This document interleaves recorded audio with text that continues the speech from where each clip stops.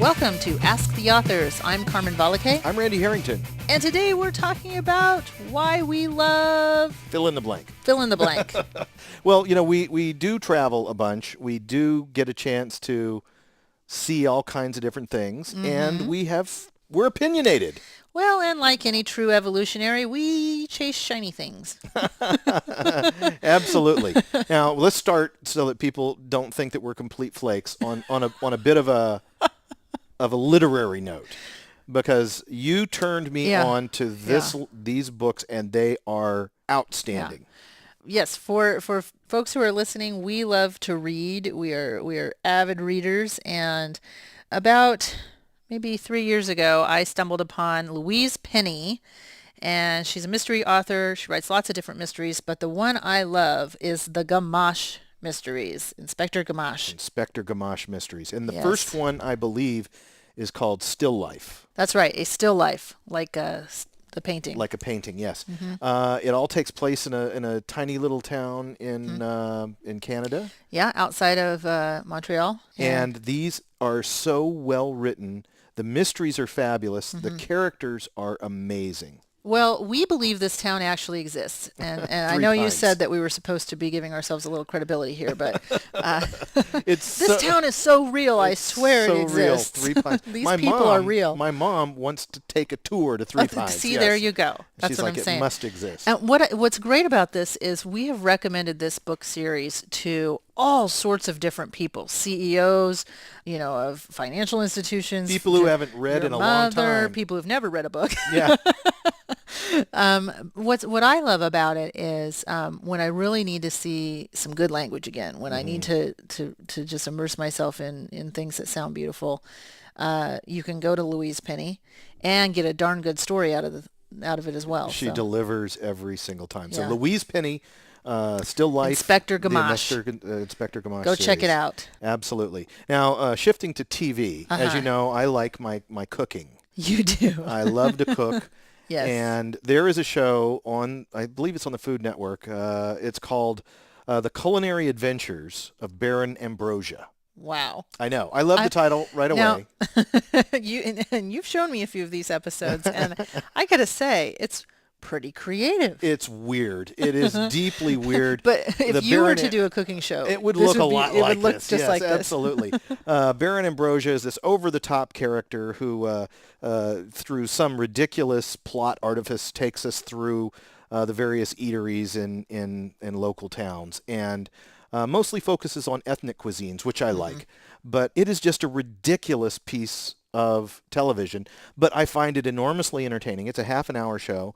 And I just like it. I identify deeply with Baron Ambrosia, which should frighten those of you who have actually seen it. So go check it out. Go check it out. Right away. Absolutely. All right. Let's talk about games. You are a fan of games. My husband, JP, may in fact be the biggest fan of all time of games. He is a freak of nature. Yeah. In a good way. Definitely. But games are important, and play is important. So what kind of games are you playing? Well, I for almost 6 months there, I was addicted to a chess master game, and I was playing 3 to 5 games of chess a day, and the Chess Master Deluxe Edition game is stunning. It's beautifully rendered, and if you're a chess player, it's just the best. But then I discovered on my iPad, I like to play games on my iPad, and I've discovered Big Fish Games is what they're called. It's a company, Big Fish Games.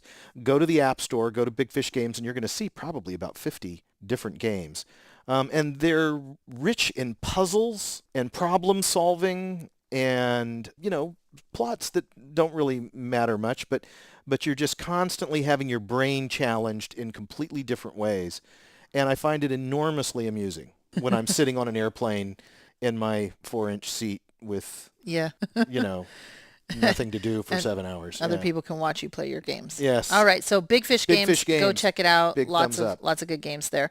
Okay. And another thing, I remember you recently had an anniversary, and you were shopping quite a lot, and introduced me to Open Sky, which I really like. Open Sky. Open Sky is a web-based shopping service. And I believe you can just go to opensky.com and you'll find out what you're looking for. But do you want to share the premise of Yeah, this? Open Sky is we've all heard the term influencers, those folks that we trust to tell us what's great out there. And I think one of the most famous examples, of course, is Oprah's favorite things. Right. Oprah's an influencer. If you trust her and you like her, you want to know what she likes too. And Open Sky is sort of a version of that, of being able to track people that you identify with, and they tell you what some of their favorite things are. Right. So I tend to follow celebrity chefs, so Big surprise. I know. See the earlier portion of the podcast. Yeah, exactly.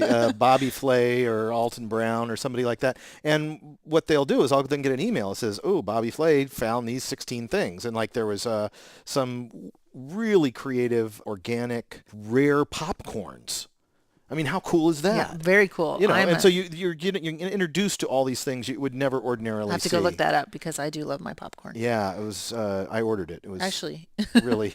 Speaking of popcorn, smart food is a must-have for us when we're traveling. That wasn't on the list to talk about today, but I think it's important. Yes, it's one of our indulgences because it's not smart. I mean, I don't think this stuff is healthy. I don't think it is not even healthy. really food. No, but God, that stuff is just great when you're smart on the road. food. Smart Anyway, food. we don't have to dwell on that. No. But, Speaking of dwell, let's talk about Swell. Swell. My favorite water bottle of all time. In fact, I was introduced to it off of an Open Sky thing. It's a really nice looking water bottle. It's got a super tight seal.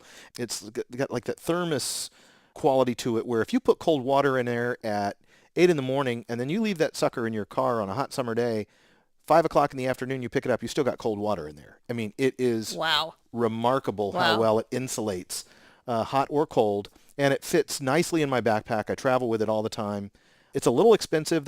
It's like $25 or $30, I think. But boy, Swell water bottles. Swell water bottles. Okay, Awesome. go check them out. Go check them out. Another favorite thing I have noticed out there is the growth and excitement around Tom's shoes.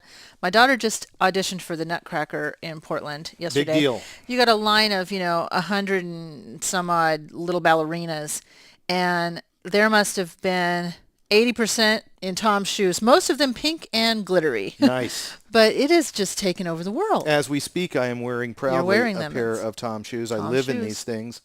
And of course, Tom's very famous for the humanitarian effort. If you buy a pair of Tom's shoes, they give a pair of shoes to a child without shoes somewhere in the world. So you get a great pair of shoes and you give a great pair of shoes. Yeah. So what could be better than that? To me, it's interesting because I associate them now with home and relaxing and comfort. So when I put them on, even if I'm not home, I just got to go, it feels good. You trick yourself. I do. All right. It's what we do. Well, the better you get at it, the happier you are. All right. Just a few of the things we love. We'd love to hear what you love. And so all you need to do is send us a list of what you love at our website, which is evolutionariesbook.com. evolutionariesbook.com. Just send it on to us, and maybe we'll give you a buzz, and we'll talk about that on one of our podcasts. You bet. So please join us next time on Ask the Authors.